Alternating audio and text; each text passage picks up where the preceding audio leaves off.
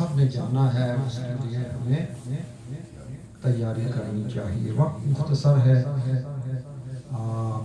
آج عرصہ دراز کے بعد میرے برادر مکرم ڈاکٹر مصطفیٰ بیگ قادری صاحب تشریف لائے ہیں، تو میں گزارش کروں گا وہ 5-10 منٹ کے لیے ہمارے نوجوان یہاں موجود ہیں، ان کی تعلیم و تربیت کے لیے کچھ بیان فرماتے ہیں۔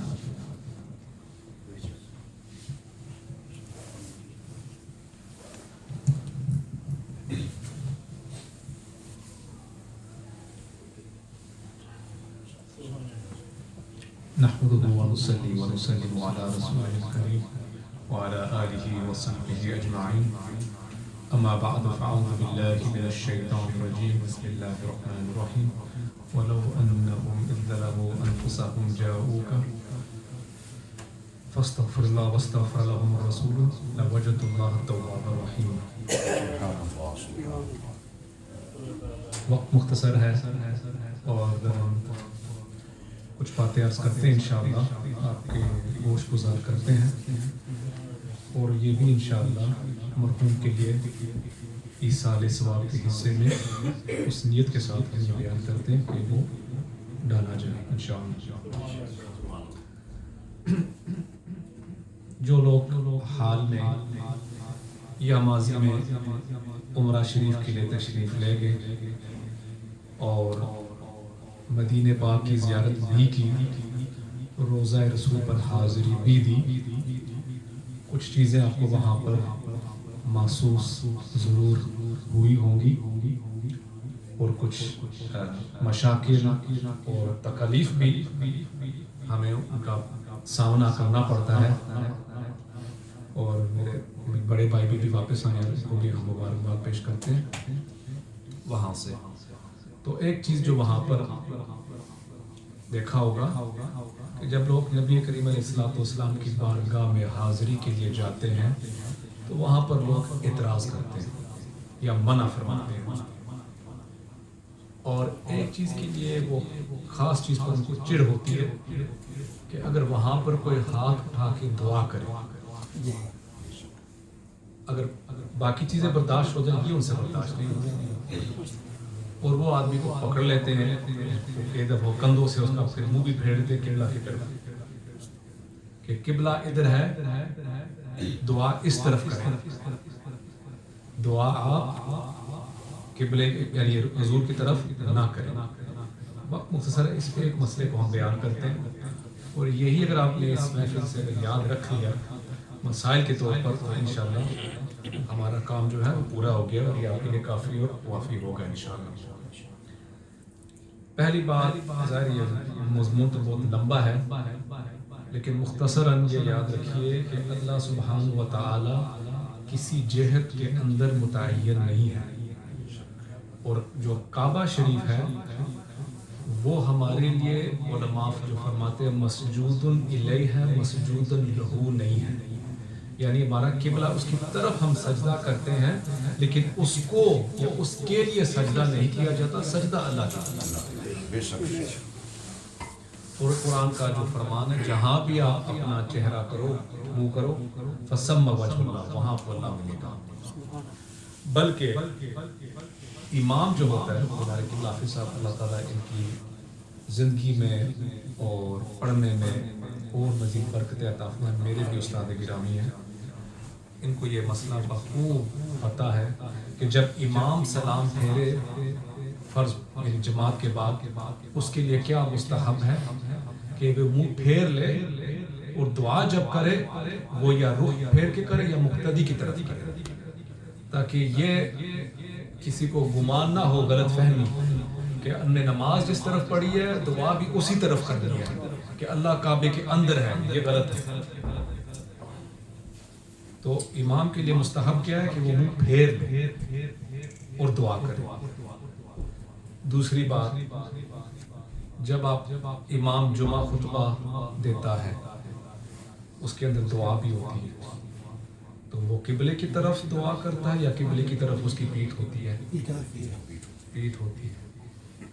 اب وہاں پر آپ ہوتے ہیں مسجد نبوی میں، وہ کہتے ہیں کہ آپ قبلے کی طرف پیٹھ کر رہے ہیں، تو آپ ان سے پوچھیں جو ابھی آپ کے امام نے جمعے کے دن تقریر کیا اور خطبہ پڑھا اس کی پیٹھ کس طرف تھی؟ اور بھی بہت ساری مثالیں ہیں. وہاں روایت بیان کرتے ہیں. آپ علماء اور سلف الصالحین صحابہ کرام کا معمول دیکھیں تو ان سے جو روایتیں آتی ہیں سب میں یہی لکھا ہے کہ جب آپ نبی کریم علیہ الصلوۃ والسلام کی حاضری جب آپ پیش کریں، سلام پیش کریں، تو سب نے لکھا ہے کہ حضور علیہ الصلوۃ والسلام کی طرف یعنی مستقبلاً للقبلہ، کہ مستقبلاً لروضۃ الرسول رسول اللہ، حضور علیہ السلام کی طرف استقبال کریں اور پیٹھ اپنی کعبہ شریف کی طرف کریں، پیٹھ قبلہ کی طرف، کعبہ شریف کی طرف، اور منہ حضور کی طرف کر کے وہ سلام پیش کریں. اور ادب کا تقاضا بھی ہے کہ جس کو آپ سلام کریں حضور جواب بھی دیتے ہیں. آپ کسی اور کو جب سلام دیتے ہیں پیٹھ کر کے سلام دیتے ہیں، اس کے سامنے سلام دیتے ہیں، آمنے سامنے سلام ہوتا ہے. اور یہ بھی ان کی اپنی کتابوں میں لکھا ہے کہ حضور علیہ الصلوۃ والسلام اس سلام کا جواب بھی عنایت فرماتے ہیں، اور جو سلام پیش کرتے ہیں اس کو پہچانتے بھی ہیں. بے شک وہاں پر جم غفیر ہو، ہر بندے کی الگ شناخت سے اس کو پہچانتے بھی ہیں امتی.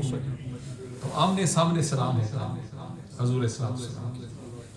اور یہ آپ دیکھیں حضرت عبداللہ ابن عمر سے بھی روایتیں اسی طرح کی کہ بندہ وہاں پر جائے، ٹھہر کر جائے، حضور کی طرف قریب ہو اور مؤدبانہ سلام پیش کرے، السلام علیکم یا ایھا النبی. اور ایک خوبصورت روایت آپ کو یہ بھی بتاتے ہیں کہ امام مالک جو ہمارے فقہ کے اندر مجتہدین میں سے چاروں امام میں سے ایک امام ہے، تاریخ کے حوالے سے ان کا دوسرا نمبر آتا ہے. امام ابو حنیفہ سے بعد پیدا ہوئے، امام صاحب پہلے ہیں، لیکن ان کی زندگی یعنی معاصرین ہیں، بعد میں پیدا ہوئے، لیکن وہ مدینہ پاک میں تھے، امام صاحب عراق میں تھا، کوفہ میں. بعض نے لکھا ملاقات بھی ہوئی ہے، لیکن وہ ثابت شدہ نہیں ہے کہ ان کی ملاقات ہوئی ہے، لیکن ایک دوسرے کے بارے میں ان کو پتہ تھا. بہرحال سلف الصالحین میں سے ہیں. ان کے جو سب سے ممتاز شاگرد تھا ان کا نام تھا ابن وہب. تو ابن وہب کہتے ہیں امام مالک سے وہ روایت کرتے ہیں. امام مالک ان کو کہتے ہیں امام و دار الہجرہ، کہ جو دیار ہجرت کے امام تھے، مدینہ شریف کے سب سے بڑے امام تھے. ان کے مذہب کا جو انسلاک ہے، نسبت بھی مدینہ شریف کی طرف ہے. اور امام مالک کا یہ حال تھا کہ پوری زندگی مدینہ شریف سے وہ نکلے نہیں، صرف ایک حج کے لیے، اس خوف کے ساتھ کہ میری کہیں موت مدینہ پاک کے باہر واقع نہ ہو جائے. صرف حج ایک دفعہ کیا نہیں، اس کے علاوہ یہ خوف اور ڈر ہمیشہ رہا کہ یہ نہ ہو کہ میری موت واقع ہو جائے مدینہ پاک، محب مدینہ. اور بعض نے یہ بھی لکھا کہ جو اسپین اور مغرب وغیرہ کے اندر جو مالکی مذہب ہے، اب تو اسپین خیر مسلمانوں کے ہاتھ نہیں رہا، لیکن آپ یہ یاد رکھیں کہ 711 سے لے کر from 711 to 1492 مسلمانوں کی حکومت رہے. وہاں زیادہ مالکی تھے اسپین میں، بعد میں پھر عیسائیوں نے وہ مسلمانوں کے ہاتھ سے انہیں چھین لیا. لیکن وہاں پر جو مالکی مذہب پھیلا اس کی کیا وجہ تھی؟ وہی وجہ سے کہ امام مالک کی جو نسبت مدینہ تھی وہ ان لوگوں کو کھینچ لائی مالکی مذہب کی طرف. بہرحال ابن وہب روایت کرتے ہیں امام مالک سے کہ امام مالک نے یہ کہا کہ جب بندہ جائے حضور کی زیارت کرے، اور بلکہ امام مالک کا یہ بھی تھا کہ یہ نہ کہے کہ میں حضور کی قبر کی زیارت کر رہا ہوں، یہ نہ کہ بعض لوگوں نے اعتراض کیا کہ یہ امام مالک کا قول ہے کہ بندہ حضور کی قبر کی نیت نہ کر کے جائے، جو دوسرے لوگ اعتراض کرتے ہیں. اس کا جواب خود مالکی علماء نے دیا کہ انہوں نے کہا یہ نیت نہ کرے کہ حضور علیہ السلام کی قبر کی نیت کے لیے جا رہے، بلکہ یہ نیت کرو کہ حضور کی زیارت کرنے کے لیے جا رہے. براہ راست قبر نہیں کہیں گے، حضور کی زیارت کرنے کے لیے جا رہے. تو ان کی روایت ہے کہ وہ لکھتے ہیں کہ قبلے کی طرف پیٹھ ہو، حضور کی طرف مواجہہ ہو. مواجہہ کہتے ہیں اسی کو، آمنے سامنے ہونا، کہ حضور کی طرف متوجہ ہو اور وہاں پر بالکل آرام اور ادب سے جائے اور وہاں پر یہ بھی لکھا ہے یقف للدعاء، سبحان اللہ، اور وہاں پر ٹھہر کے دعا کرے، یعنی حضور کی طرف مستقبل ہو، استقبال کر کے یقف للدعاء، وہاں پر ٹھہر کے دعا کرے. اور یہ امام مالک کا سب سے ممتاز شاگرد ہے ابن وہب رحمۃ اللہ علیہ، حوالہ میری زبان. قاضی ایاز رحمۃ اللہ نے اس کو نقل کیا، اور بھی بڑے بڑے مالکی علماء نے. یہ ہے عقیدہ سلف. ایک اور روایت آپ کو بیان کرتے اس پر اختتام کرتے ہیں. امام مالک کے دور میں عباسیوں کا تھا خلیفہ منصور. خلیفہ منصور نے امام مالک سے فتویٰ پوچھا کہ کیا جب ہم نبی کریم علیہ السلام کی حاضری کرتے ہیں تو پھر دعا بھی کرتے ہیں؟ یعنی اس میں یہ اعتراض نہیں ہے، یہ شک نہیں کہ وہاں دعا کرنی چاہیے، نہیں دعا کرنی چاہیے. تو یہ سوال خلیفہ منصور کے ذہن میں بھی تھا کہ کس طرف متوجہ ہو، قبلے کی طرف مکہ شریف یا روضہ پاک کی طرف، کس طرف. امام مالک سے استفتاء کیا، یعنی فتویٰ پوچھا. تو امام مالک نے فتویٰ ارشاد فرمایا. انہوں نے کہا نبی کریم علیہ السلام کی بارگاہ کی طرف رخ کرو، سبحان اللہ، سبحان اللہ، سلام پیش کرو، اور پھر کیا کرو، پھر کیا کرو کہ وہاں پر وسیلہ مانگو. وسیلہ، تو اس کے اندر الفاظ وسیلے کے آتے ہیں اس روایت میں. جس طرح کے آپ کے ابا جان آدم علیہ السلام نے اپنے لیے حضور کی طرف سے وسیلہ کیا، یعنی حضور کو ڈال کر جو وسیلہ کیا اسی طریقے سے وسیلہ کرو. تو وہاں پر توسل کے بھی الفاظ آتے ہیں. وسیلہ یعنی حضور کو شفاعت کے طور پر پیش کرو، اس طریقے سے دعا کرو اور حضور کی طرف متوجہ ہو کر یہ دعا کرو. سبحان اللہ. اور پھر آپ بعد میں جب آپ دیکھیں گے لوگوں نے اس کی شرح کی ہے، لوگوں نے اور لکھا، تو وہاں پر ایسے ایسے آپ کو الفاظ ملیں گے، بڑا لمبا طریقہ کہ کس طریقے سے حضور صلی اللہ علیہ وسلم کی بارگاہ میں سلام پیش کرنا ہے، کس طریقے سے شفاعت اور توسل اور دعا کرنی ہے. اسی پر اکتفا کرتے ہیں.